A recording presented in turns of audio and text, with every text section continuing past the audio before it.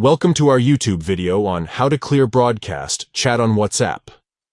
In this full guide, we will show you the simple steps to clear your broadcast chat on WhatsApp. Let's get started. Step 1. Open WhatsApp on your Android device. Step 2.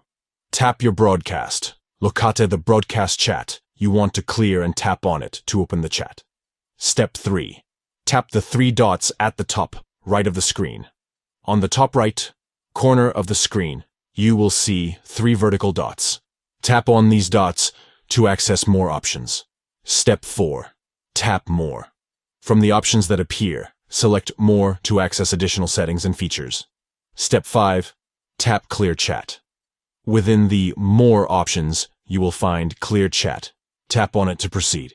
Step 6. Tap Clear Chat again. A confirmation prompt will appear asking if you want to clear the chat. Tap on Clear Chat again to confirm and clear the broadcast chat. By following these easy steps, you can quickly clear your broadcast chat on WhatsApp. Now let's dive into the details and clear your chat history for a fresh start.